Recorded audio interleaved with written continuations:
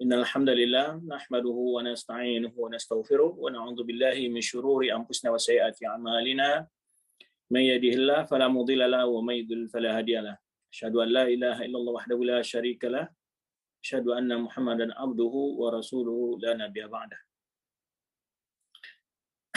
Amma ba'd fa inna asdaqal hadits kitabullah wa khairal hadi hadi Muhammadin sallallahu alaihi wasallam wa syarrul umuri muhdatsatuha wa kullu muhdatsatin bid'ah wa kullu bid'atin dhalalah wa kullu dhalalah finnar. Masyarul akhwat, para thalibat madrasah Mar'ah Shalihan muliakan Allah Subhanahu wa taala. Puji syukur kepada Allah Subhanahu wa taala di pagi hari ini kembali kita dapat melanjutkan pelajaran kita membahas tentang Kitabul Mar'ah atau Durusul Mar'ah. Yang insyaallah pembahasannya akan masuk bagaimana tata cara pelaksanaan memandikan mayat bagi para wanita. Tak lupa pula di awal majelis ini kita memberikan dorongan dan motivasi kepada para thalibat semua untuk membiasakan dan mengisi waktu-waktunya keseharian dengan banyak mengucapkan salawat salam buat Nabi kita Muhammad sallallahu alaihi wasallam.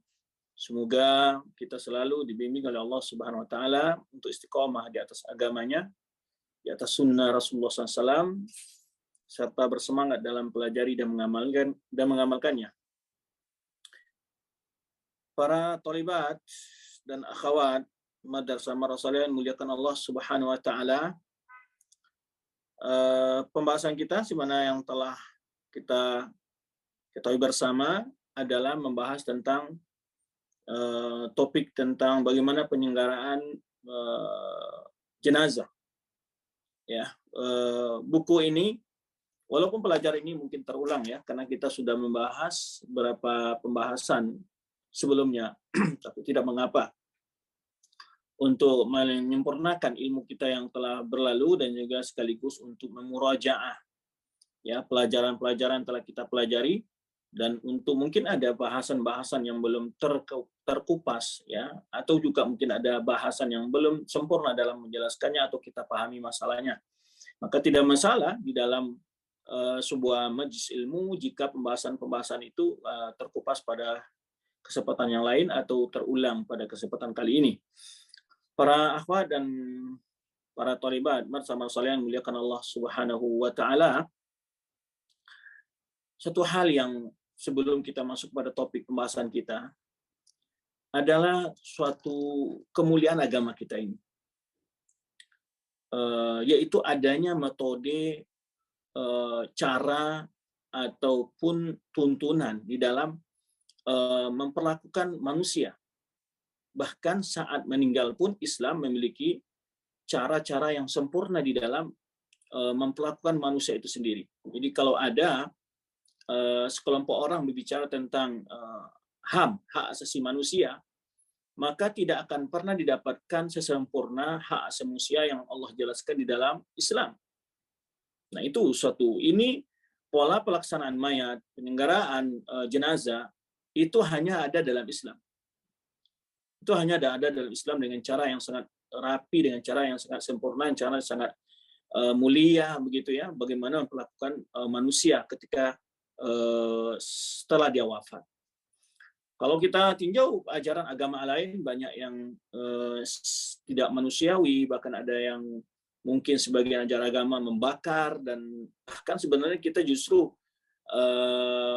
berlindung dan memohon perlindungan agar jiwa kita di masa hidup maupun setelah meninggal tidak disentuh oleh api neraka. Dan juga di dalam penyelenggaraan sebagian pembakaran dalam ajaran sebagian agama itu biayanya bukan hal yang mudah dan itu hanya bisa dilakukan oleh orang yang punya kemampuan. Sementara dalam Islam adalah sangat mudah dengan penuh cara-cara yang sangat moralis ya, humanis ya dalam memperlakukan orang manusia yang telah meninggal. Kalau kita tinjau ajaran-ajaran agama lain, ya seperti yang di dalam sebagian ajaran agama, itu mereka bakar, mereka simpan, atau mereka lakukan diawetkan segala macam, ada sebagian budaya yang masyarakat ditempatkan di gunung atau di mana-mana. Ini memperlakukan tidak manusiawi sekali sebetulnya, tidak humanis ya, tidak humanis dan tidak juga sebagai memperlakukan sebagai seorang itu bagaimana harusnya. Maka di dalam Islam seseorang walaupun sudah meninggal dia tidak boleh diperlakukan dengan semena-mena gitu, apakah itu dipatahkan ataupun tidak dihormati jasadnya, tidak boleh demikian. Nah, ini dan dikuburkan dalam tanah dalam bentuk yang sangat terhormat, ya, ada kafannya, kemudian ada lahatnya ditimbun dengan ukuran dalam tertentu dan segala macam. Justru sebagian orang ajaran ada atau budaya atau sebagian agama malah menjadikan sebagai mumi dan dipelihara apalah artinya, dan kemudian dalam bentuk yang sangat menjijikan ditampilkan mayat-mayat yang sudah tidak lagi, ya, bahkan mungkin menimbulkan asumsi-asumsi negatif dalam pikiran-pikiran manusia.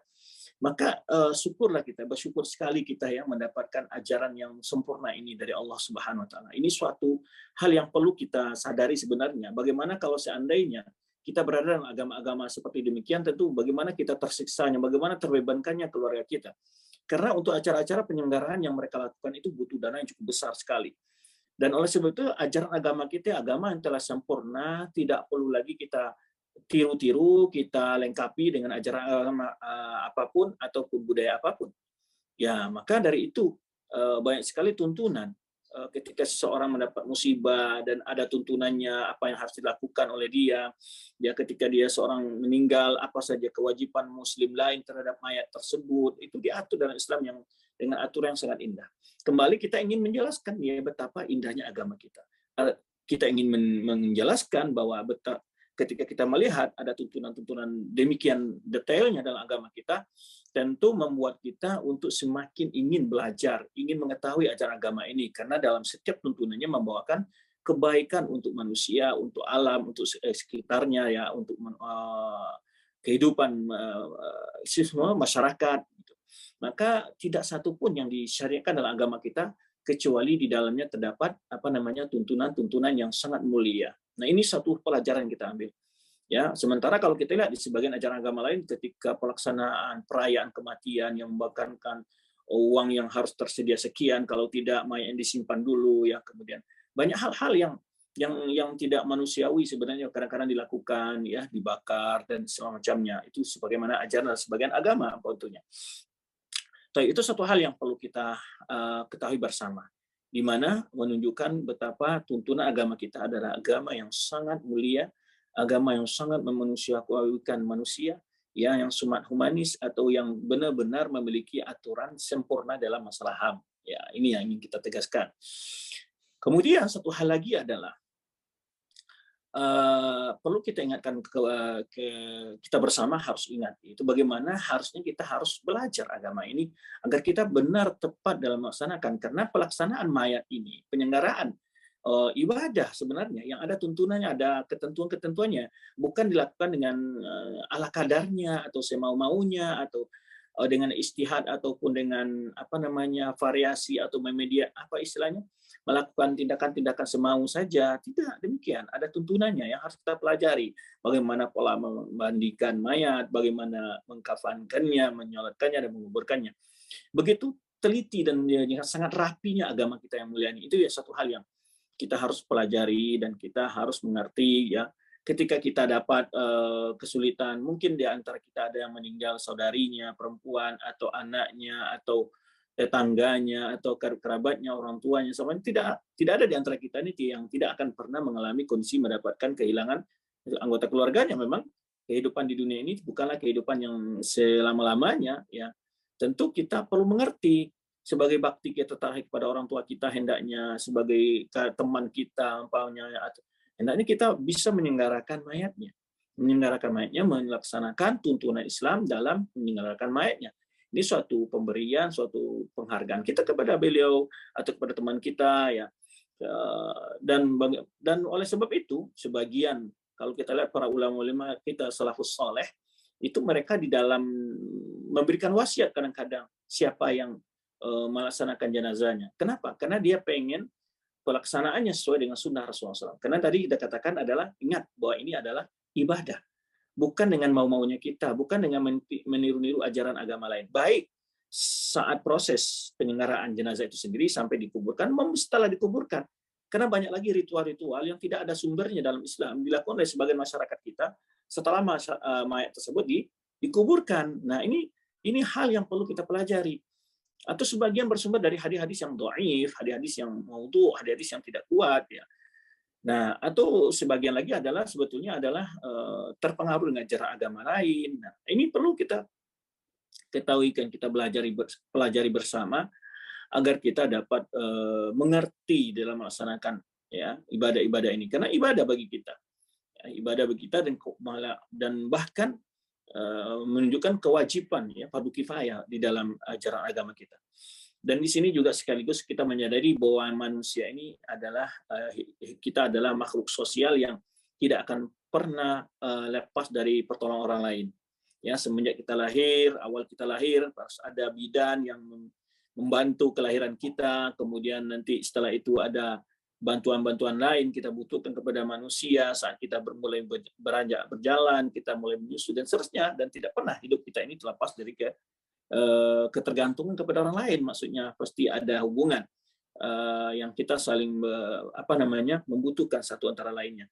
Jadi kalau ada orang bagaimanapun dia kayanya pokoknya ya, tapi kalau dia tidak ada orang yang mau menyelenggarakan mayatnya, apakah dia bisa menguburkan dirinya sendiri? Tidak ada orang yang bisa menguburkan dirinya sendiri ya kan. Pasti dia butuh kepada kerabat dan atau orang lain yang bisa membantu penyelenggaraan mayatnya. Dan ini menunjukkan bahwa segala-galanya bukan diukur dengan harta. Nah, ini yang perlu juga kita sadari. Jangan karena kita ketahui orang berpangkat berbuat semena-mena, atau orang kaya berlagak dengan sepuasnya dan semena-mena atau membanggakan harta kita. Ingatlah ketika kita sudah terbujur ya, nyawa telah meninggalkan jasadnya, dan siapakah yang bisa mengangkat Anda ke tempat pemandian, mengapankan Anda, atau menyolatkan Anda, atau menguburkan Anda? Siapa yang bisa? Itu adalah Anda butuh kepada orang lain yang mesti kita saling bekerja sama.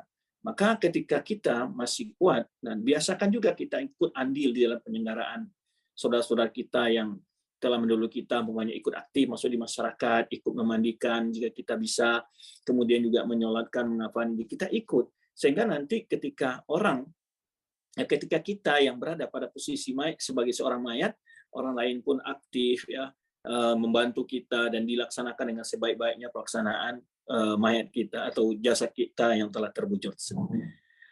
Nah, sebetulnya banyak sekali ya pesan-pesan yang perlu kita sadari dari mempelajari masalah agama ini sebelum kita masuk pada topik rincian tentang pelaksanaan penyelenggaraan mayat. Ya, nah itu tentu yang lebih penting lagi adalah yang semua harus kita sadari, kita hakikatnya sedang melangkah menuju kematian itu sendiri. Nah, kadang-kadang kita bicara masalah penyelenggaraan mayat, kita lupa ya apa yang kita persiapkan kalau seandainya kita yang menjadi posisi sebagai seorang mayat, menjadi seorang mayat. Apa bekal yang telah kita siapkan? Atau kita masih merasa muda, masih jauh kematian di mata kita ya, masih jauh kayaknya gitu kan, ibaratnya perjalanan ini masih jauh di ujung sana, kematian masih belum mendekat. Tidak demikian ya, kita tidak tahu siapa yang lebih dahulu di antara kita akan menghadap ya Allah Subhanahu wa taala. Maka yang perlu kita siapkan adalah bekal kita ketika saat kita telah berakhir di dunia ini, apa yang akan kita bawa untuk menghadap kehidupan yang abadi di hadapan sisi Allah Subhanahu wa taala di sana. Ya, hakikatnya kita semua sedang melangkah ke arah kuburan, melangkah kepada ajal kita. Ya, pelan-pelan secara tidak disadari, walaupun kita mungkin terbaring tidur di atas kasur, sebetulnya detik-detik yang kita lalui, menit-menit yang kita lalui, itu ada selain berproses mengantarkan kita secara perlahan ke arah ajal kita, batas ajal kita, dan ke arah liang lahat kita, ke arah kubur kita. Nah, kenapa ini harus hadir di dalam diri kita? Agar kita memiliki persiapan. Ya, jangan lalai, jangan gofil, jangan terlalu terlena dengan kesenangan duniawi ini, gitu maksudnya. Sehingga kelalaian itu membuat kita menyesal di akhir kelak dan membawa kerugian kehidupan kita yang di akhir kelak. Itu beberapa nasihat untuk diri sendiri dan kita semua, ya, yang mana sebuah kematian kita akan saling berganti. Hari ini kita yang memandikan, besok mungkin kita akan dimandikan. Hari ini kita menyolatkan, mungkin besok kita akan disolatkan. Hari ini kita mengkafankan orang, mungkin besok kita yang dikafankan orang. Hari ini kita yang memikul orang lain ke arah kubur, besok mungkin kita yang dipikul ke arah kubur. Maka yang perlu selalu kita siapkan adalah para saudariku dan para tholibat madrasah masalihah adalah amal kita. Amal, amal, dan amal. Itulah yang harus kita kalau pikirkan. Apa yang akan kita bawa bekal di ketika kita telah terputus dari segala kesempatan untuk beramal. Apa yang telah kita siapkan ketika tidak ada lagi di sana sanak saudara yang akan mengantarkan hidangan ketika kita haus kelaparan. Yang adanya datang dalam bentuk amal kita. Ya, naungan hanya dalam bentuk amal yang akan menaungi kita. Maka dari itu yang selalu kita pikirkan adalah bagaimana keluasan, kesejahteraan, kebahagiaan setelah kita berpindah dari dunia ini.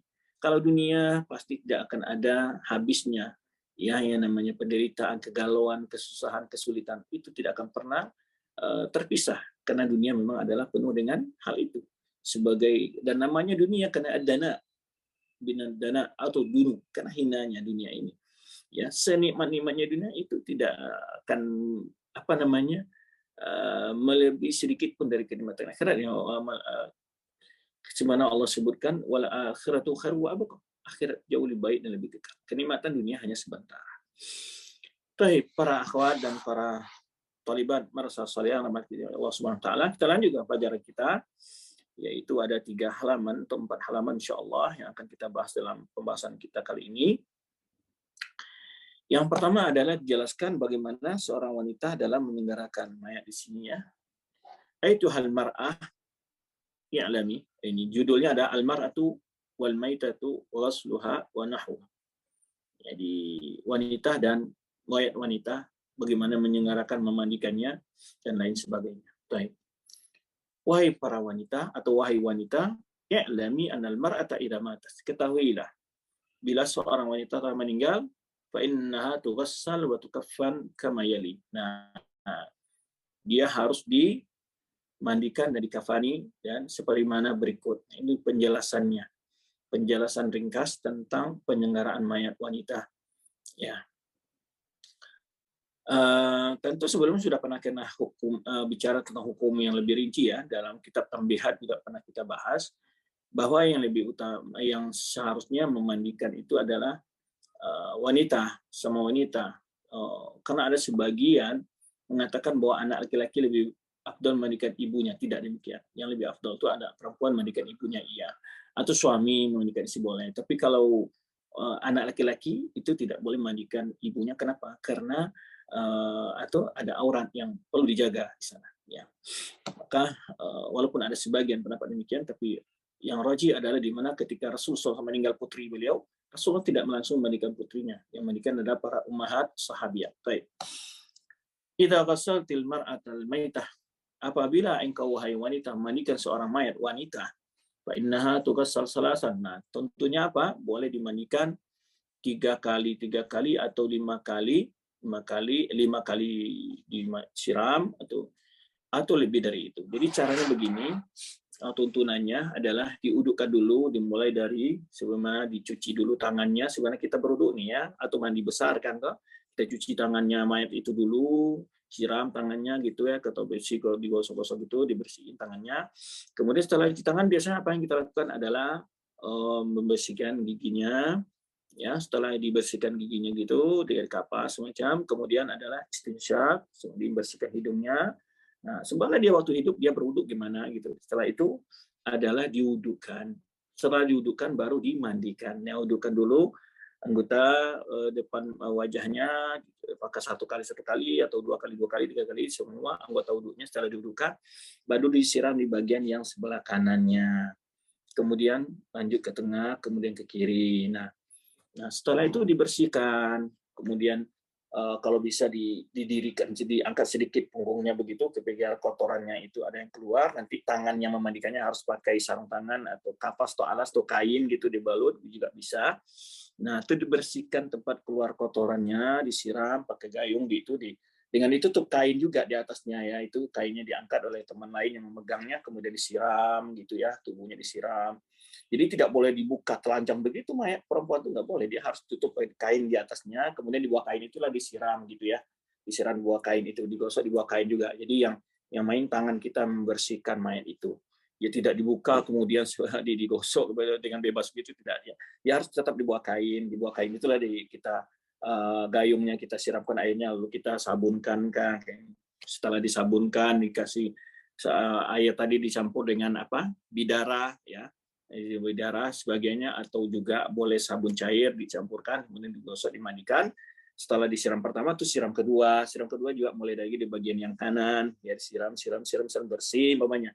Itu masih kalau belum bersih juga umpamanya karena badannya lebih kotor atau gimana ya, boleh juga 3 kali lagi disiram lagi ya, sampai 5 kali atau sampai 7 kali disiram dengan posisi yang tadi ya.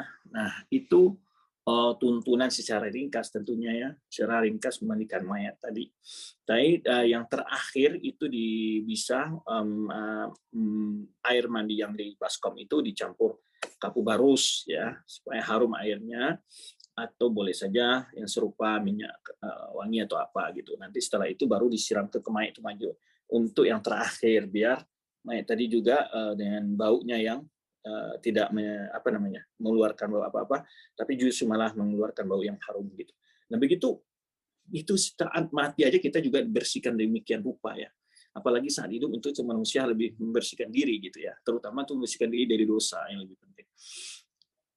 Baik, tentu praktek-praktek ini sejatinya kita berharap para ummahat dan para akhwat, para tholibat mempraktekkan sesama teman gitu. Air di ember, ada gayung gitu ya, apakah itu memakai boneka atau memakai batang pisang atau apa juga bisa lah gitu ya, sederhana. Tapi dengan cara-cara dipraktekkan, karena kalau tanpa dipraktek kadang-kadang ragu ya saat prosesnya secara langsung. Jadi boleh dimandikan itu sebanyak 7 kali maksimal ya, sebagaimana disebutkan, atau 5 kali atau 3 kali ya, witir, yaitu dalam diutamakan yang bentuk ganjil jumlahnya. Baik. Kemudian tentu juga tangan kita tadi dibalut pakai kain, potongan kain itu biasanya begitu ya.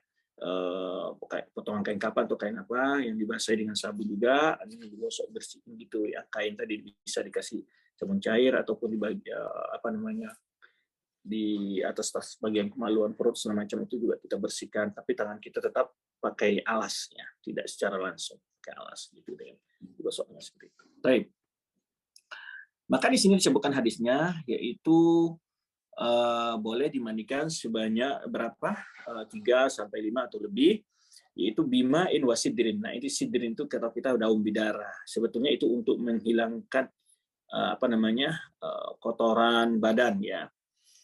Tuj'al fil ghuslatil akhirah syai'an minal kafur. Nah, di siraman yang terakhir dari penyiraman mayat untuk dimandikan itu dijadikan dicampur airnya sedikit dengan adanya kapur barus. Kalau kita kan kapur barus gitu ya, yang dipecahkan dimasukkan ke air supaya airnya harum. Hal ini berdasarkan hadis Ummu Atiyah, yang jadi pokok bahasan di sini. Itu hadis Ummu Atiyah Al-Ansariyah, dia berkata, dakhala alaina Rasulullah SAW hina tufiyat bintuhu. Ya, Rasulullah SAW menemui kami ketika wafat putri beliau ya. Lalu Rasulullah mengatakan kepada ummahat sahabiat ya, iksilnaha salasan aw khamsan aw aktsar min dzalika. Jadi mandikan dia sebanyak 3 kali atau 5 atau lebih dari hal itu, kata Rasulullah SAW. In ra'aitun dzalika, jika itu butuh, jika harus lebih bersih, lebih apa lagi, itu tidak dibutuhkan sampai 7 kali umpamanya. Ya kalau 3 kali udah bersih cukup, 5 kali juga cukup, tidak perlu juga takalluf, itu berlebih-lebihan gitu. Cuman tergantung dari kondisi mayat, kebersihan yang dihasilkan dari melaksanakan memandikan dia. Kemudian jadi in ra'aitun dzalika, kalian melihat hal itu diperlukan, kata Rasulullah SAW, bima'in wa sidrin, yaitu dengan air dan juga bidara. Itu bidara bahasa kita. Waja'al fil akhirah, itu dulu tentu daun bidara ya. Kalau hari ini sebagian ulama bolehkan dengan deterjen yang membersihkan badan ya, tidak harus bidara, tapi sudah menjadi suatu disunahkan untuk di air itu walaupun ada deterjen yang dicampurkan, tapi tetap diutamakan juga ada dicampur dengan bidara. Baik, kemudian waja'alna fil akhirah kafura. Ini hadis Rasulullah SAW tadi, dan jadikan pada siraman yang terakhir itu kafur. Kafur itu kapur barus dari kitanya, ausya'an min kafur, atau sebagian atau sesuatu dari kapur barus. Baik, fa idza faragtunna fa'adhinnani. Kalau sudah selesai nanti beritahu aku, kata Rasulullah SAW. Falamma adzannahu, lalu ketika telah diberitahu oleh Rasulullah, oleh para sahabiat, ummahat para sahabiat, Rasulullah SAW selesai memandikan putri beliau, maka Rasulullah memberikan secarik kain ya kepada para umat tersebut, asy'arnaha, ya, lalu kami beritahu, yaitu jadi maksudnya di sini diberikan kain untuk dijadikan sebagai izar, sarungan di bawah, pakaian yang di bawah disebut izar, ya, untuk menutup aurat yang bagian bawah. Kemudian nanti gamis, ya, pasangkan gamisnya, atau setelah itu baru dikafani dengan balutan lain. Jadi ada khimar, jadi sebagian ulama memberikan gitu, ada yang pakaian bagian di bawahnya, ada yang dari atasnya baju seperti gamisnya disarungkan, kemudian juga itu di teori mengguntingnya juga ada ya, digunting, dilipat dua begitu. Nah, nanti di kepalanya digunting gitu, nanti setelah jadi mayat belum diletakkan itu semuanya sudah terbentang begitu. Sudah terbentang dengan susunan, ada izarnya, ada pakaian bawahnya, ada bajunya tadi, kemudian ada juga selendangnya. Nanti setelah diletakkan, nah ini diangkat, dipasung, disarungkan begitu, sehingga seperti gamis langsung dia, dan ini juga dilipat gitu ya, untuk menjadi dia langsung sebagai sarungnya dia, sebagai roknya atau apa pakaian bawahannya dia. Nah, itu ringkasnya, tentunya lebih prakteknya lebih rinci, tentu butuh kepada disaksikan ya, lebih langsung dipraktekkan. Taib, wal wajib, nah tapi yang wajib itu satu kali dimandikan, satu kali disiram semua anggota tubuh itu wajib. Yunadzab biha al-maitu wal baqi sunnah, yaitu yang wajib hukumnya satu kali minimal, ya, seluruh badan mayat tadi disiram, kemudian ya, atau tuh kesiraman berikutnya tadi sampai 3 kali atau 5 kali tadi adalah sunnah. Nah, bila ketika memandikan mayat ada sesuatu yang keluar daripada bagian tempat keluar kotoran itu, ya, fa idza kharaja syai'un minhu ghusil marratan tsaniyah. Jadi kalau ada sesuatu masih ada terbau, ya, ada yang luka umpamanya, atau ada cacat, atau ada sesuatu masih mengotori badannya, dicuci lagi, diulangi, dimandikan lagi gitu ya, atau dia keluar kotorannya. Wa hakadha wa yakunu ghusluha bisidrin wa witr. Jadi disebutkan tadi penjelasannya, mandinya harus dengan air yang dicampur dengan bidara. Witron maksudnya adalah ganjil ya. 1 kali, 2, 3 kali, 5 kali, 7 kali. Nah, jadi ganjil maksudnya. Itu ya hadis Ummi Atiyah Al-Ansariyah yang telah kita sebutkan sebelumnya hadisnya, di mana Rasulullah SAW menemui para sahabiat, ummahat para sahabiat yang saat memandikan putri beliau, lalu Rasulullah memberikan petunjuk kepada para sahabat yang sedang memandikan putri beliau, mandikan 3 kali atau 5 kali atau lebih dari itu jika hal itu dibutuhkan, kata Rasulullah SAW. Kemudian jadikan ya, dia mandikan bima'in wasidrin, dan dia airnya dicampur dengan bidara, dan jadikan siraman yang terakhir itu dicampur dengan kapur barus tadi ya. Nah, lalu ketika itu Rasulullah SAW meminta bila selesai beritahu saya nanti. Kemudian Rasulullah SAW memberikan potongan kain ya untuk dijadikan pakaian yang sebagai kafan bagi mayat tersebut. Nah, dan dari sini kita melihat oleh kata beliau, wa'lami annal mauta haq an aish wa'lami annal mauta haqqun fasta'idi lahu. Nah, cuma sedikit di sini beliau memberikan pesan singkat, wahai para wanita, ketahuilah kematian itu suatu hal yang pasti, maka bersiaplah. Yang tadi telah kita sebutkan sedikit di awal pelajaran kita. Pelajaran terpenting bagi kita adalah ketika membahas tata cara pelaksanaan memandikan mayat, yang harus di benak kita, jangan hendaknya memandikan orang, tapi bagaimana kita dimandikan orang. Jadi maksudnya agar kita menyadari bahwa kita adalah akan diproses sedemikian rupa saat kita meninggal dunia. Baik. Kemudian setelah itu jelaskan yang kedua adalah wa idza ra'aitil al-mughassila an taghsilaha sab'an. Jadi bila ibu-ibu yang memandikan mayat wanita tadi berpendapat perlu dimandikan 7 kali, maka boleh hal itu berdasarkan hadis Ummu Atiyah tadi. Ini hadis Ummu Atiyah diulang 3 kali, ini lebih atau 4 kali di sini berulang-ulang berapa hal ya. Untuk menjelaskan di mana Rasulullah SAW tadi ketika putri beliau wafat, beliau menemui para ummahat yang sedang memandikan putri beliau dan memberikan arahan bagaimana tata cara pelaksanaan memandikan mayat perempuan tersebut. Ya, tadi disebutkan itu ima di 1 kali, 2 kali dimandikan atau 7 kali. Ya, jika hal itu dibutuhkan. Kemudian airnya untuk dimandikan itu dicampur dengan bidara. Ya. Kemudian siram yang terakhir kalau bisa dicampur dengan apa? Dengan kapur barus. Ya. Kemudian setelah itu Rasulullah meminta jika kalian sudah selesai nanti tolong beritahu aku, kata Rasulullah SAW, diberitahu oleh para umat sahabat, diserahkanlah sepotong kain untuk dijadikan sebagai kafan yang pada bagian-bagian tertentu pada putri beliau yang meninggal saat itu. Baik. Kemudian ketiga di sini antakun al-ghaslatu al-akhiratu bima'in biduni sidrin. Nah, kalau yang terakhir nggak perlu sidrin lagi, tapi air yang bersih tadi dicampur dengan dengan kapur barus, ya.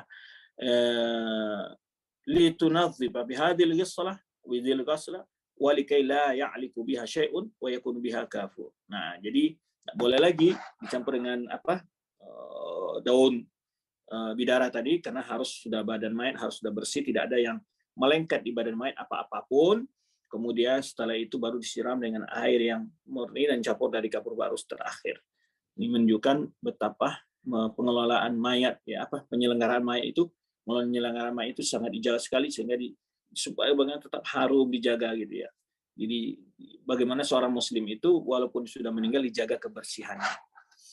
Ya, disukai bersih di sini buktinya itu dikasih kafur atau kapur barus yang baunya harum. Itu tentunya campurkan ke air yang terakhir dari siramkan kepada mayat tersebut. Baik.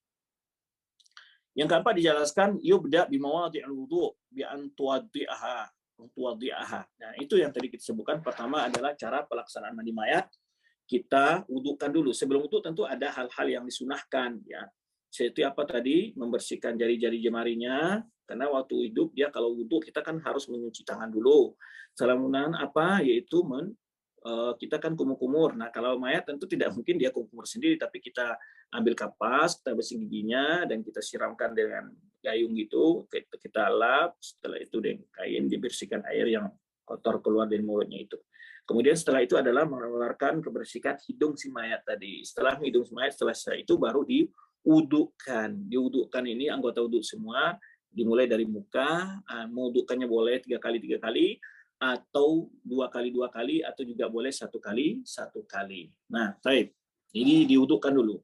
Kemudian setelah selesai diwudukan, baru mulai disiram bagian yang kanan.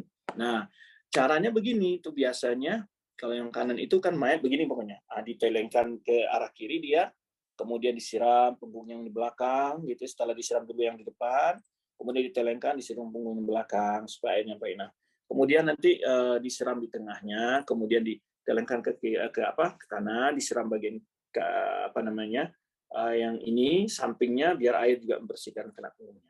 Setelah itu tadi kita sebutkan sabun cair yang tadi ataupun air sabun. Yang pertama tentu air yang murni tanpa ada campuran tadi ya, untuk menyiram dulu. Kemudian mungkin ditambah air sabun yang harus kita siramkan biar digosok pakai tangan kita yang dialas dengan balutan kain atau kapas dan seterusnya. Baik, kemudian di sini dijelaskan dimulai dari syakil aiman, sisi kanan, kemudian sisi kiri. Sebagaimana yang disebutkan dalam hadis Hafsah, ya, iksilnaha witran, yang mandikan mayat wanita itu dengan jumlah witir, jumlah ganjil, ya. Baik karena fi salasan atau khamsan atau sab'an, boleh dimandikan 3 kali, 5 kali atau 7 kali. Wa kana fihi anhu qala, di mana dalam ini diterangkan dalam hadis tersebut bahwa Rasulullah bersabda kepada para sahabat yang sedang mandikan mayat, ibna nabi mayaminiha, mulai daripada anggota badan yang sebelah kanan dulu. Setelah tadi selesai diwudukan, dimulaikan dimandikan sebelah kanan. Ini juga tentu secara umum ya, dalil-dalil yang menyebutkan bahwa segala hal yang baik dimulai dari yang kanan, dan termasuk juga ini ketika kita memandikan mayat dimulai dari bagian yang kanan. Kan kalau kita berwudu juga dulu yang anggota badan kita yang anggota wudu kita yang sebelah kanan baru yang kiri, kan begitu. Ini menunjukkan betapa Islam itu sangat motivasi optimisme, tayamun istilahnya, yang baik, yang mendahulukan, sehingga diatur dengan sedemikian rupa, ada aturannya. Yaitu menunjukkan bahwa Islam itu cinta hal-hal yang tayamun, yaitu yang kanan, yang baik. Gitu. Nah, kemudian wa mawadhi'ul wudu' minha, ya, dan bagian anggota wudhu dari bagian yang sebelah kanan itu. Wa kana fi anna Ummu Atiyah qalat, kemudian juga disebutkan dalam hadis tersebut bahwa Ummu Atiyah berkata, wa mashatnaha salasa qurunin. Ya, kemudian setelah nanti rambut perempuan tadi itu dikepang 3, setelah disisir, dirapikan, ya, dirapikan, dijalin rambutnya, kepang 3, dijalin 3 gitu ya, kemudian dilepas ke belakang begitu. Lepas ke belakang. Nah, kemudian yang kelima adalah sya'ruha, jadi disisir rambutnya. Sisir rambutnya baik-baik, mayat tadi itu ya. Subhanallah ya. Jadi Islam sangat memperhatikan bagaimana adab-adab dan menyiapkan mayat ini luar biasa. Ini menunjukkan betapa orang mati saja perlu diperlakukan dengan baik-baik, apalagi orang hidup ya. Dan juga kita Islam yang telah mati pun artinya udah kotor, udah kadung mati, mau ngapain dibersihkan lagi, dilempar aja ke lubang. Nah, demikian, coba lihat, dibersihkan, dirapikan, disisir rambutnya ya. Nah, ini Islam itu rapi begitu ya. Wa yaj'al sya'rul maita dhafair, jadi jalin rambut mayat perempuan tadi dijalin. Dhafair itu adalah dijalin atau dikepang 3 gitu ya. Kemudian baru wayulqi khalfaha, kemudian dilepaskan jalinan 3 itu ke arah punggung di belakang, lurus lepas. Ya, tidak dibulat sanggul di sini, umpamanya disunggul di atas, bukan ya. Itu maksudnya ya. Kemudian ini berdasarkan hadis Ummu Atiyah juga tadi yang Al-Ansariyah.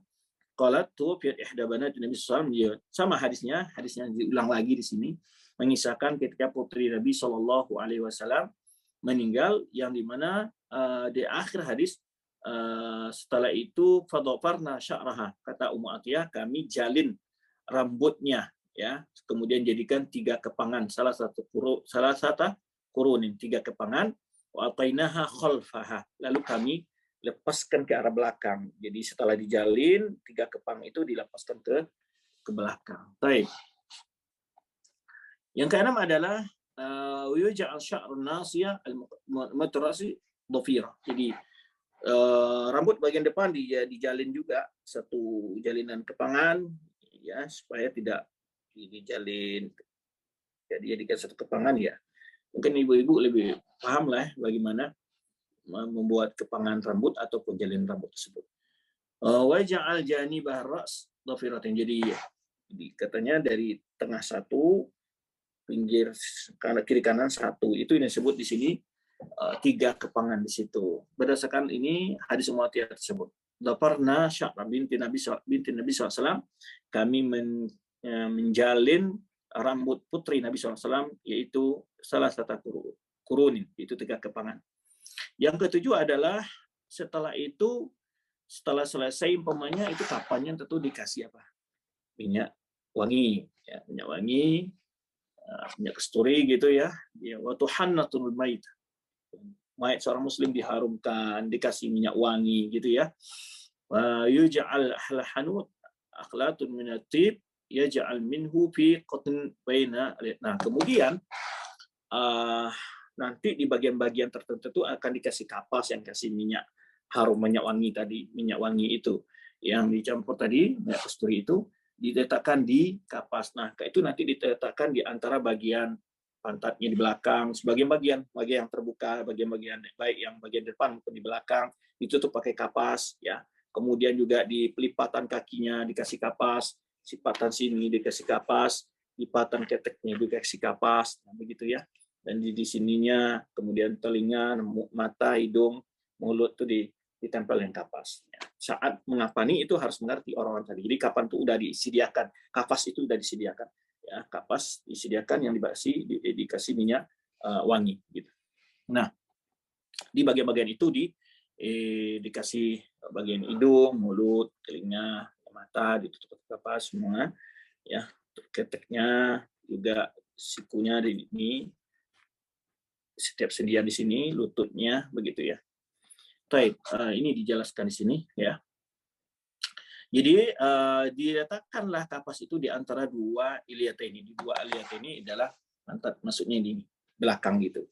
Ya, iliyah itu maksudnya itu ya bagian pantat kita gitu, maksud iliyah. Kemudian usyaddu fawqahu, diletakkan di atasnya, ditutup ya, khirqatan Nah, ataupun kain, yang kain kapan tadi digunting, mungkin dilapisi di dalam, dikasih kapas gitu ya. Kemudian ja'al baqiyatul qutun al-mutayyab, di kapas yang telah dikasih minyak wangi tadi itu, ala ainaihi, juga diletakkan kapas di atas matanya ya. Kemudian apalagi mankharaihi ya, mankharaihi wa fammihi ya, hidungnya, mulutnya, uzunaihi, dua telinganya dipakai kapas juga, wa mawadi' sujudihi, dan juga tempat-tempat sujudnya. Mana saya tempat sujud ini, kening juga dikasih kapas gitu ya. Maka kadang-kadang kita lihat itu dikasih kapas di sini ya. Baik. Kemudian wa maghabin al-mait kal ibtaini. Nah, maghabin itu maksudnya sisi-sisi lain. Itu seperti keteknya, dua ketek, rukbatai, dua lututnya, dua belakang lututnya, usurati, dan juga terus pusarnya dikasih kapas, wa ja'al min at-tibi fi ra'sihi wa baina al-akfan, dan juga rambutnya juga dikasih minyak wangi ya, wa baina al-akfan, kemudian juga lapisan-lapisan kapannya itu, kalau dilapis 3 atau 5 tadi, lapisan juga dikasih minyak wangi. Subhanallah ya. Begitu harumnya mayat tersebut ya. Kemudian dan kalau umpamanya dilumas badannya dengan minyak wangi pun boleh ya. Tetapi tentu bagi mayat yang meninggal dalam kondisi biasa, maksudnya gimana? Bukan sedang berihram.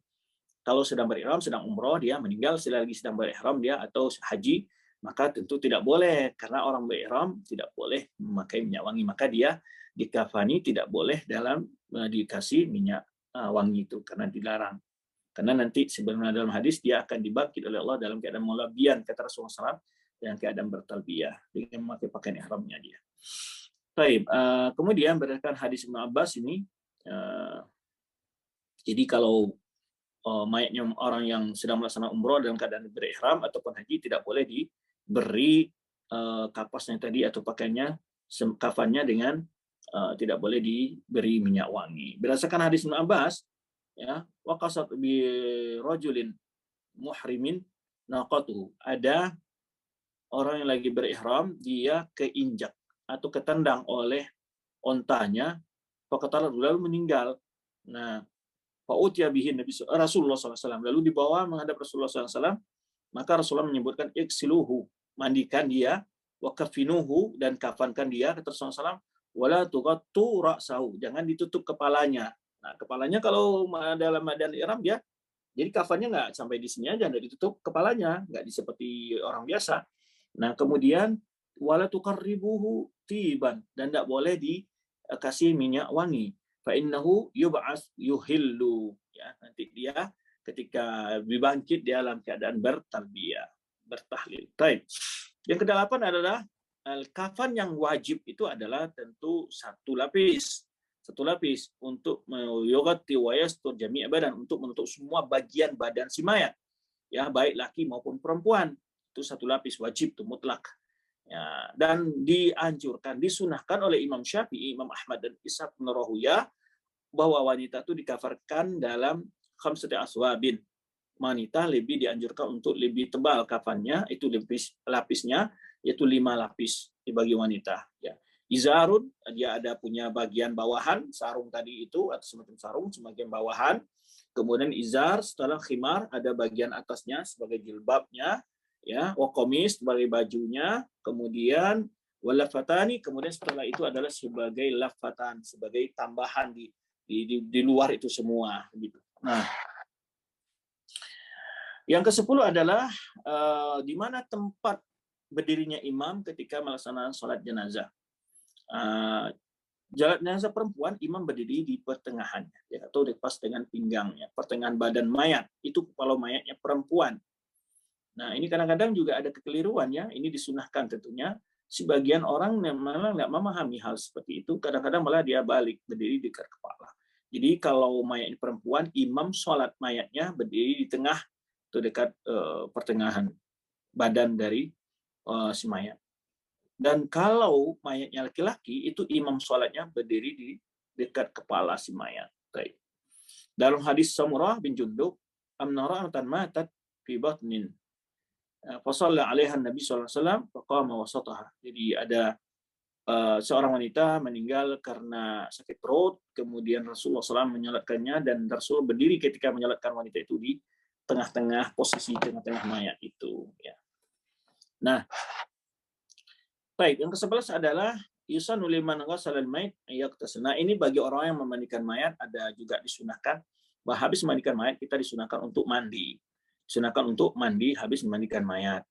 Ya, dulu tentu kenapa ada aturan ini, dulu orang kan susah air, susah ya mendapatkan air, maka air digunakan untuk hal-hal yang fardu atau yang disunahkan saja. Maka di antara datangnya tuntunan di dalam Islam bagi orang menyerahkan mayat dan memandikan mayat, dia disunahkan setelah selesai memandikan mayat untuk mandi berdasarkan hadis Abu Hurairah yang berkata, mendengar Rasulullah bersabda, bersabda Rasulullah SAW, "Manggassala maitan falyaqtasil." Hadis riwayat Imam Ibnu Majah, ya, barang siapa yang memandikan mayat maka hendaklah dia juga mandi. Yang ke-12 adalah ayatuhal mar'atu i'lami annaki sawfa tamutina. Nah, ini yang terakhir tentu nasihatnya, wahai para wanita, ketahuilah oleh kalian semua bahwa kalian semua juga akan meninggal. Fa idza ra'aiti janazatan fasta'iddi lidzalikal maut bi kulli amali salih. Jika engkau melihat ada jenazah perempuan atau jenazah, ya maka bersiaplah untuk kondisi itu, yaitu kondisi kematian dengan berbekal amal soleh. Ini sudah kita sedikit singgung tadi. Ya, dan ketika kita membahas masalah penyelenggaraan mayat, jangan terbayang oleh kita ya, hanya menyelenggarakan mayat orang lain, tapi kita bayangkan demikian kita akan diselenggarakan saat kita telah meninggal. Nah, terus apa yang harus kita bawa ketika kita meninggal? Ya tentu amal soleh, bekal yang harus kita persiapkan. Karena perjalanan yang jauh lebih panjang dari perjalanan dunia, yang mana kehidupan tidak ada lagi kehidupan kecuali kehidupan akhirat. Tentu kebutuhan kita untuk di sana. Maka persiapkanlah, ingin punya istana indah di surga Allah dari sekarang. Ingin punya kapleng yang luas di surga dari sekarang. Ingin mendapatkan kenyamanan permadani di dalam kuburnya, punya teman yang baik, itu adalah beramal soleh. Karena mayat ketika dalam kuburnya, ya dibentangkan, jika dia beramal soleh, dibentangkan dia kuburnya seluas mata memandang, kemudian diberi tikar dari tikar surga, kemudian dia diberilah pewangi ruangan kuburnya dengan wangi yang datang dari surga, yang berembus angin surga, ya, terus dia ditemani oleh amal solehnya, yang bertampan wajah yang indah, yang ganteng, yang menemani sampai datangnya hari kiamat. Itulah yang harus kita bekali hari ini. Ya, sekarang ini di dunia, jangankan dalam alam kubur kita ya, di kamar saja mati listrik sendirian, betapa takutnya, ngerinya kita rasanya. Bagaimana di alam kubur nanti? Yang kita tiba teriak, apapun tidak akan ada yang mendengar. Kita berada dalam tempat yang sangat kecil, panas, bisa kehausan, bisa kepanasan, segala macam kondisi di sana. Bagaimana? Tapi beda tentu dengan orang-orang yang beramal soleh, dia mendapatkan kondisi yang jauh berbeda. Kuburnya di luar, dilapangkan Allah Subhanahu wa taala, seluas mata menjauh mata memandang, ya. Kemudian dia diberi tikar dari pemedani dari surga. Kemudian dia ruangannya diharumi dengan udara yang masuk dari surga kemudian juga dia melihat surga yang akan dimasukinya setiap pagi dan sore, dibukakan baginya pintu surga. Tapi beda dengan orang yang beramal buruk, tentu dia akan mengalami kondisi yang sangat berbeda. Ada yang dijepit oleh kuburnya, ya. Sekarang aja jangankan dijepit, tulang kita itu bisa beradu rusuk semuanya. Kita kejepit jari aja oleh pintu, betapa sakitnya. Nanti siksaan yang luar biasa adalah himpitan kubur yang luar biasa bagi orang-orang yang berdosa. Maka kemudian jika sudah kuburan sempit, kemudian juga dia mendapatkan tempat tidurnya dari las api neraka, kemudian datang pula yang menemani dengan bentuk yang menakutkan, kondisi yang sudah begitu sulit, datang orang yang menemani dengan bentuk yang menjijikan, bau yang memuntahkan, luar biasa. Itu adalah amal buruknya. Maka jika kita ingin sukses, ya benar berhasil kehidupan kita di akhir kelak, di kubur kita, kemudian di padang mahsyar, kemudian melewati siratal mustaqim, ketika menerima amalan catatan baik kita, semuanya adalah hal yang membahagiakan kita, maka sekaranglah kita harus beramal, banyak-banyak beramal soleh. Demikian para akhwat rahmati Allah Subhanahu wa taala yang dapat kita bahas dalam materi ini. Semoga Allah Subhanahu wa taala membimbing kita untuk selalu ikhlas dalam beramal, memiliki semangat yang tinggi untuk beramal, dan kita selalu dimudahkan untuk mendapatkan ilmu yang sebagai bekal kita untuk menjalani kehidupan kita, baik di dunia pun di akhirat kelak. Demikian, berikutnya kita akan masuk pada sisi tanya jawab. Jika ada pertanyaan, silakan dikirim. Ya.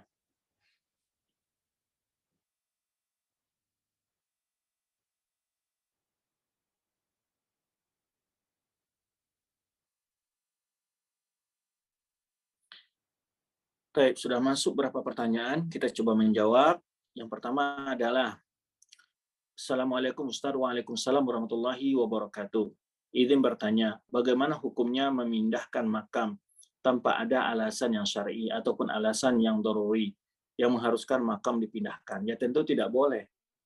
Ya walaupun tidak ada, ya kalau memang tidak ada keperluan, tidak ada alasan syar'i, ya tidak, asalnya mayat itu, kuburan itu tidak boleh dipindah-pindah karena bagian dari menyakiti itu, ya, terhadap mayat sendiri, dan tidak menghormati, karena kehormatan muslim itu hidup dan juga telah mati, kata Rasulullah, harus dijaga. Maka ketika kita ziarah kubur tidak boleh memakai sendal ketika ke kuburan, ya tidak boleh duduk di atas kuburan dan menginjak kuburan dan semacamnya. Ada adab-adabnya ketika kita ziarah kubur. Jadi kalau memang tidak ada alasannya, berarti tidak pindah, perbuatan sia-sia, gitu kan, membuang harta, membuang apa yang tidak boleh. Itu jelas di dalam agama kita itu tidak sesuatu yang tidak disyariatkan seperti itu karena tidak ada keperluan. Bismillah, afwan Ustaz, izin bertanya di luar tema, apakah sebaiknya akhwat menyembunyikan status WA untuk ikhwan? Tentu tergantung, ya, status itu apa, dan akan lebih baik tentunya memang menghindari jalan-jalan fitnah tentunya. Selama status itu, barangkali dia yang harus dihilangkan oleh dia adalah untuk melacak orang yang melihat statusnya. Kalau memang status kita tidak ada status-status yang neko-neko tentunya. Kalau status kewanitaan tentu tidak boleh dilihat laki-laki, jelas.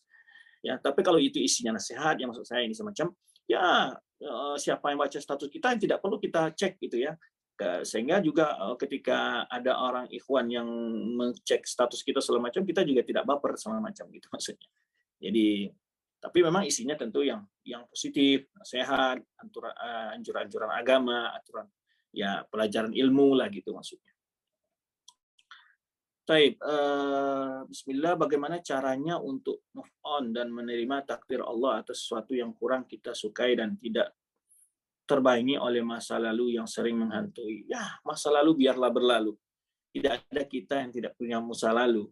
Maka salah satu hal yang cara setan membuat orang untuk terlalu tersiksa dan sesuatu bagaimana dia merugikan orang-orang beriman adalah membuat selalu diingatkan tentang dosa-dosanya yang berlalu. Maka tidak perlu lagi kita bukan memikirkan sesuatu yang masa lalu, karena masa lalu itu adalah sesuatu yang jika buruk, pintu menyelesaikan sangat gampang adalah bertobat. Jika itu baik, pintu untuk menjaganya adalah kita harus berharap, selalu berdoa agar diterima amal baik kita. Ya tidak ada. Solusinya kita punya.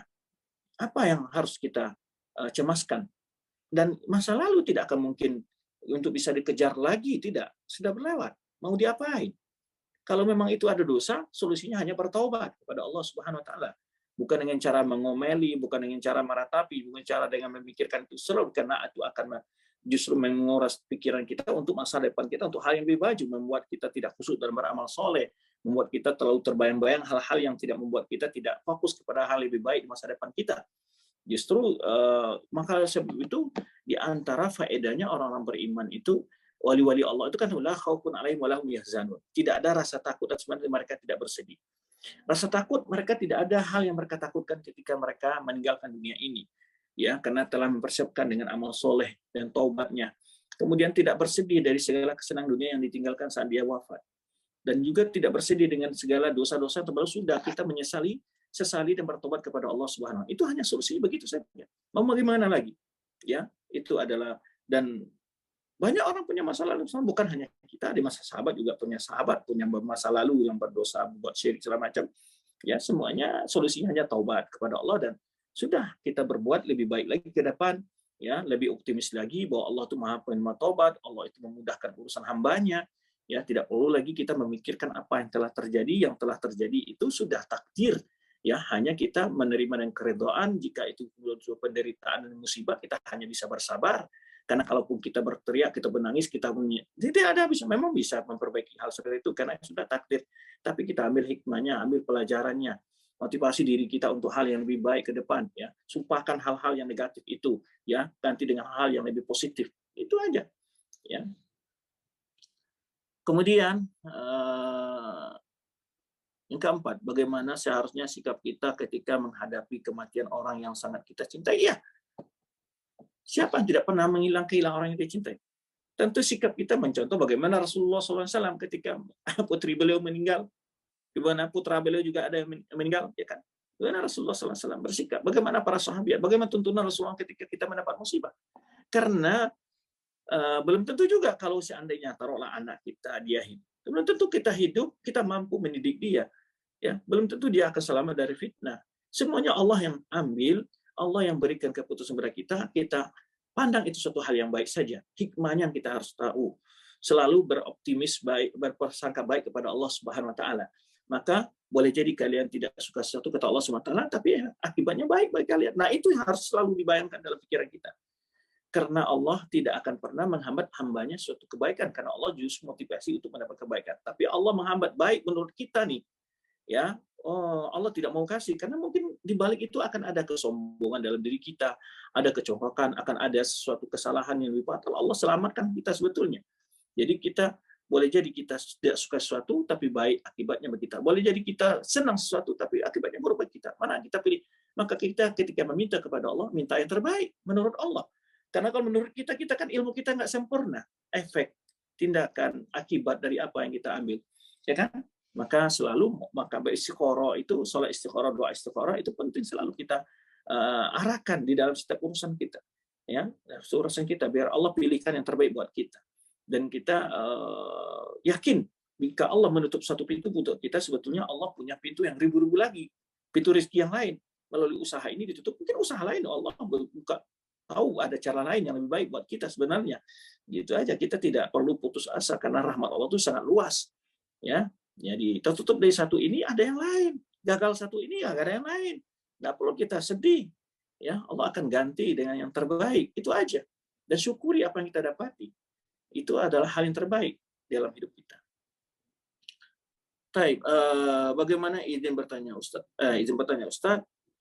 Bismillah, izin bertanya Ustaz. Seorang jenazah yang semasa hidupnya menggunakan gigi palsu tambalan, apakah ketika dimakamkan harus dilepaskan terlebih dahulu? Jika tidak menyulitkan, tidak masalah. Tetapi kalau umpamanya ada tambalan besi, waktu patah kaki segala macam akan memakan biaya, makan waktu segala macam, itu tidak perlu. Ya, kalau memang hanya cabut gigi palsu ya udah apa-apa. Sekedar hal yang memudahkan, sesuatu yang memudahkan bisa dia diambil, nggak perlu ya palsu lagi dibawanya. Nah, itu. Kalau hal memudahkan bisa diambil, terbuka dengan mudah. Baik. Ustadz, kalau ada laki-laki non-mahram yang tiba-tiba memanggil nama kita terus memberi kita jempol, respon kita harus bagaimana, Ustadz? Nah, ini namanya langkah-langkah setan namanya, harus kita hindari. Ya, ada orang laki-laki manggil kita bukan mahram kita, tidak ada keperluan, cuma sekali jempol, apa artinya jempol? Ya, tujuannya apa? Begitu ya. Kalau dikasih jempol, kalau kamu memang jempol dan gentle, datangi wali saya, begitu aja ngomongnya kan gitu. Kalau laki-laki yang gentle itu bukan jempol, tapi dia mendatangi adalah wali kita, begitu. Taib. Ustaz, apakah anak perempuan juga tidak diizinkan memandikan mayat bapak kandung? Iya, tidak boleh karena memang ada aurat sensitif di sana. Ya, seperti halnya anak laki-laki pada ibunya. Ya, itu pendapat ulama yang lebih kuat dan kita lihat bagaimana para sahabat ketika kalau suami istri itu boleh ya, tapi kalau anak perempuan mandikan laki-laki ayahnya itu tidak pantas lah karena ada aurat yang lebih sensitif. Jadi kalau anak laki-laki itu boleh. Anak laki-laki pun sama laki-laki pun karena ada tidak boleh juga melihat aurat laki-laki. Maka ditutup pakai kain, di bawah kain itu disiram pakai gayungnya, dimandikan. Ya, hanya tangan saja yang memainkan. Tetap mata tetap tertutup aurat orang tersebut. Baik, Ustaz, kalau ada teman ini, kalau ada teman sekelas kita yang sedang berkata kotor, kita menasihati dia setelah dia berkata kotor, atau sebaiknya tunggu waktu sendirian, Ustaz. Nah, kalau itu di hadapan orang semacam, saya tidak boleh. Kita datangin aja, bisik aja dekat dia. Pantas malu ke gitu ngomongnya, kita nggak mau gitu. Nah, gitu aja, dibisikkan aja, diingatkan saja gitu. Tapi kalau orangnya temperamen akan ini, ya udah tunggu momen yang pas ya. Mungkin dia lagi sedang marah dan memuncak, kalau kita komentar nanti malah semakin, kita kan lihat momennya gimana orang ini gitu. Kita juga pelajari, lihat pribadinya orang gimana. Kalau orangnya seneng ketika ditegur, "Akhi, kenapa begitu? Oh, ukti, nggak boleh lah kita gitu ya." Mungkin dia teman akrab kita dan lebih cepat menasihati kita ya nasihatin saat itu juga. Ya, karena itu di depan orang banyak dan kita menasihati juga bukan dengan cara menjatuhkannya, kayaknya nggak bagus ya ungkapan gitu kita katakan teman-teman kita gitu. Baik.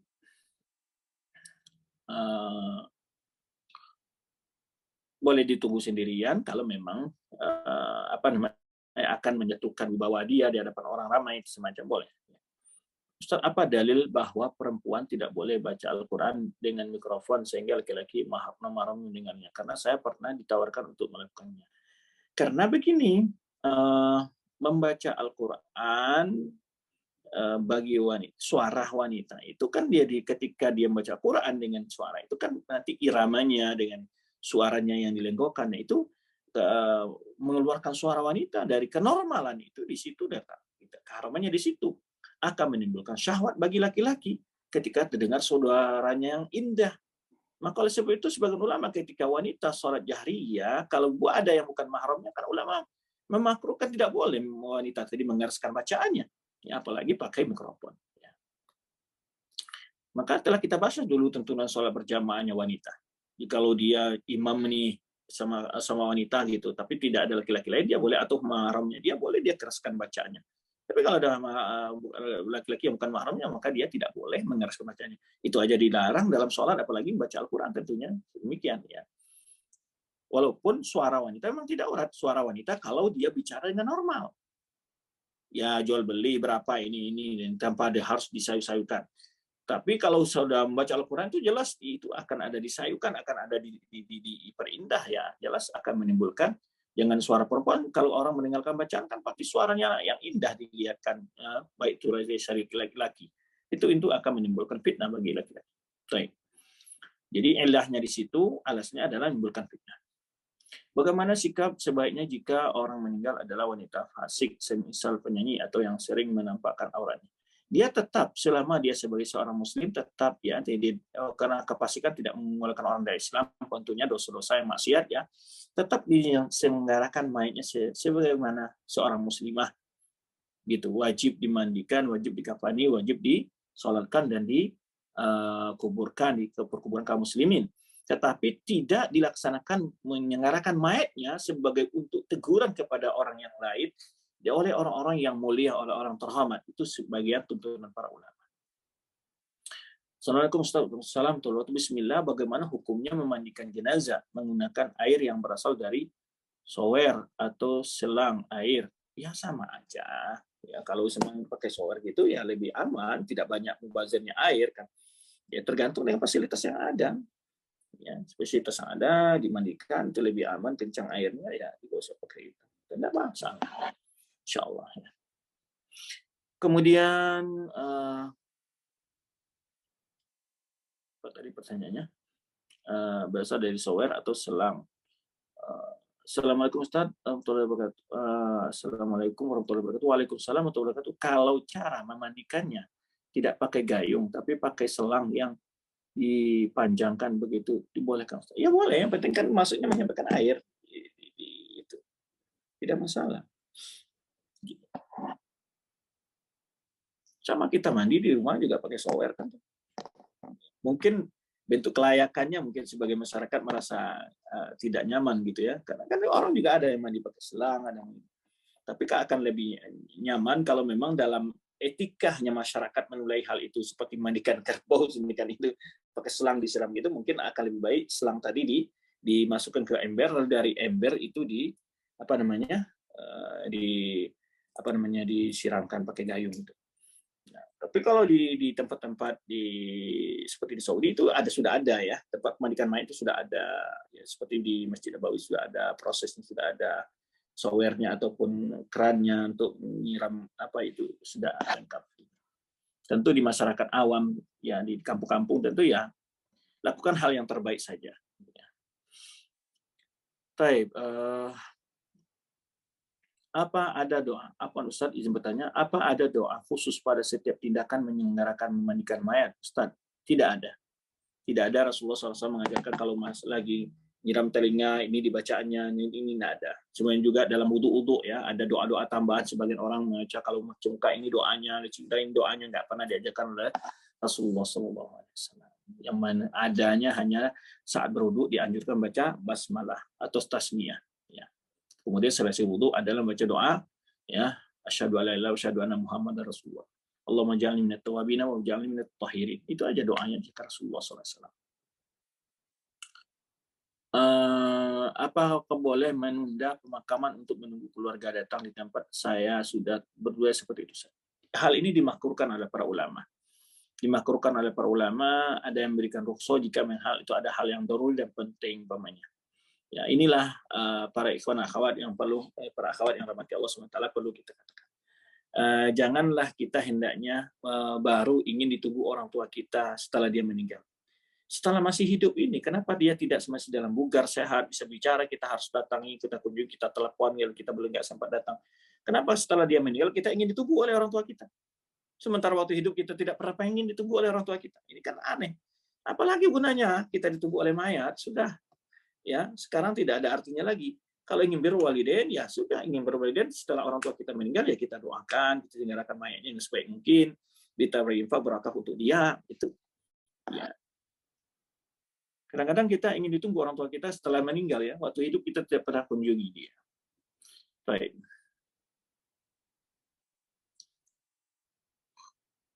Assalamualaikum, izin bertanya. Waalaikumsalam. Bagaimana posisi kedua tangan jenazah? Apakah dilipat atau diluruskan saja di samping badannya? Dan adakah riwayatnya? Allahu a'lam. Dalam tinjauan yang dilakukan oleh para ulama-ulama, tuntunan ini seperti saat sholat gitu ya. Jadi, kalau misalnya memang ada riwayat diletakkan tangan kanannya atas tangan kirinya. Saya lupa menyebutkan lafaz riwayatnya hari ini, kesempatan ini ya. Jadi memang seperti yang biasa ma'ruf di masyarakat kita bahwa dia tidak diluruskan begitu, tapi seperti posisi dalam keadaan sholat. Gitu. Baik.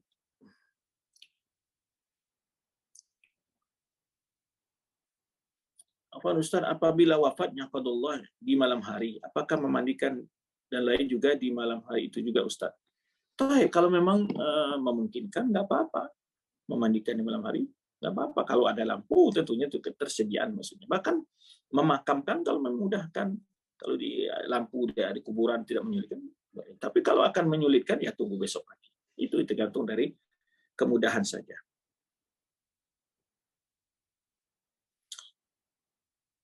Ustadz, bunda saya punya gunting berbentuk seperti burung. Apakah harus dibuang, Ustadz?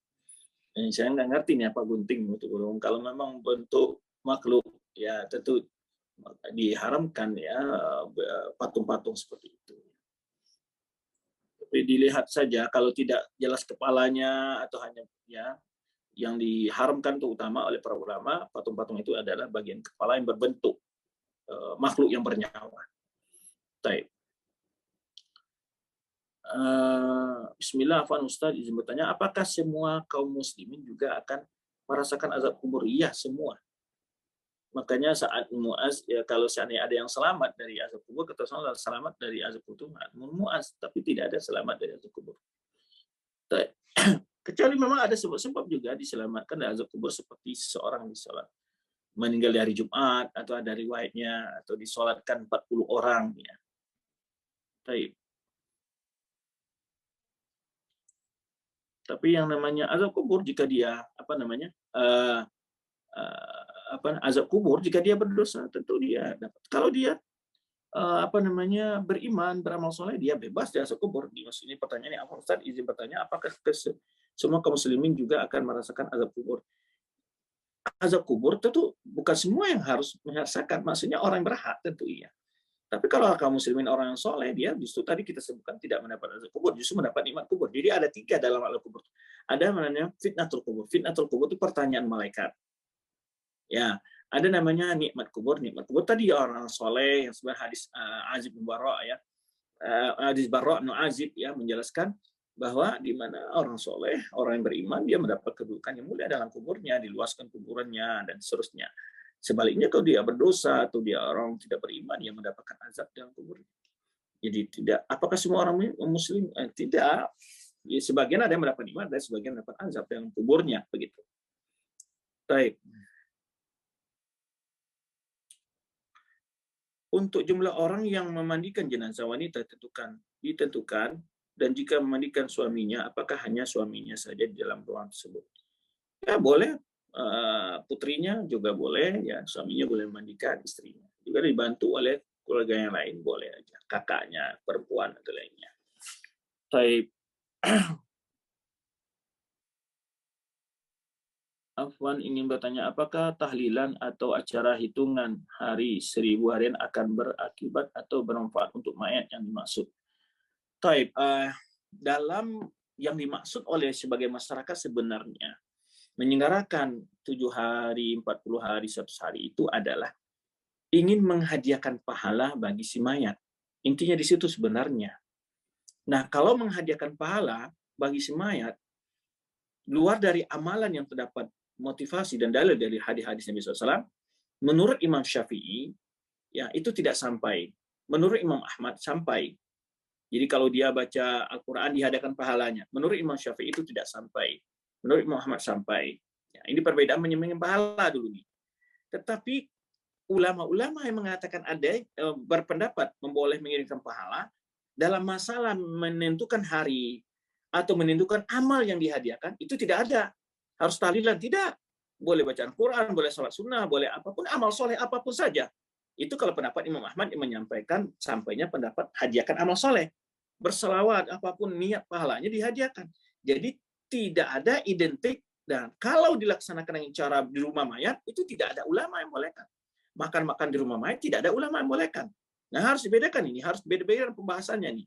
Karena sering ketika kita jelaskan permasalahan ini, mereka orang-orang yang melaksanakan amalan-amalan ritual kematian ini, mereka katakan dalilnya dengan pendapat ulama boleh menghadiahkan amal. Ulama membolehkan hadiah-hadiah amalan, maksud mereka itu melakukan dengan mandiri, bukan dengan cara gerombolan atau menentukan hari, menentukan amalan, bacaan, tidak ada. Boleh saja baca Al-Quran, apa aja bentuk amal soleh. Boleh zikir subhanallah 10 kali, lu dihadiahkan hadiahnya. Tidak mesti harus 7 hari, tidak mesti 40 hari, tidak ada. Nah ini yang tidak ada pendapat ulama, dan ini sebetulnya nggak ada.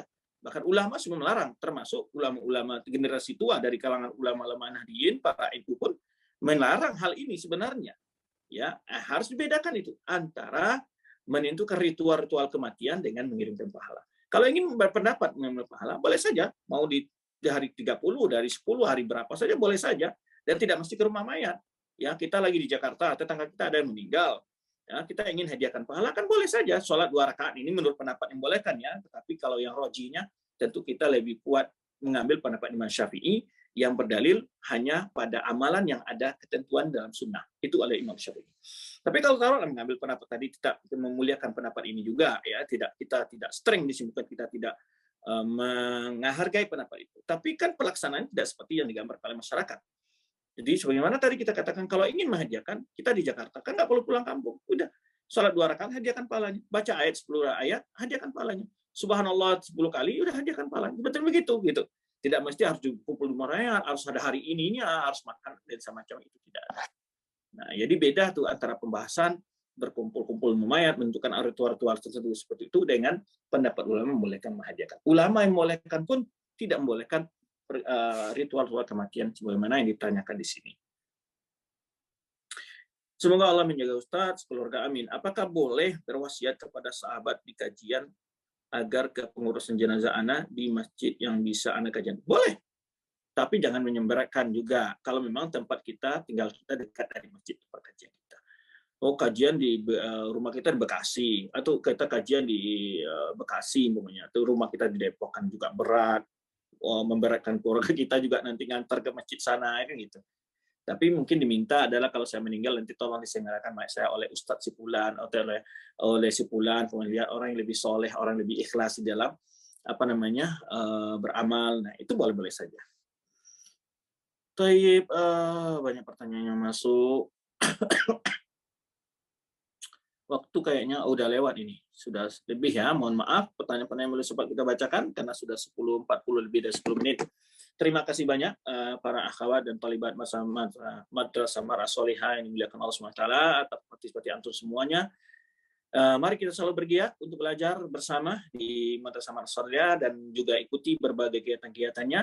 Insya Allah materi-materi audio akan selalu kita lanjutkan insya Allah walaupun ada perjalanan anak dalam bulan ini insya Allah ke luar negeri. Jadi tapi kita usahakan nanti kalau memungkinkan tetap kajian kita bisa jalan, kita akan tetap laksanakan. Kalau tidak mungkin bisa dibuat agenda lain oleh para tim MMS ya. Tapi insya Allah audio saya akan rekamkan dengan agak berapa audio untuk berapa pekan dalam perjalanan ini. Semoga nanti bisa saya lakukan dan kegiatan MMS semoga tidak ada gangguan walaupun saya safar keluar. Ya, semoga Allah mudahkan safar ini.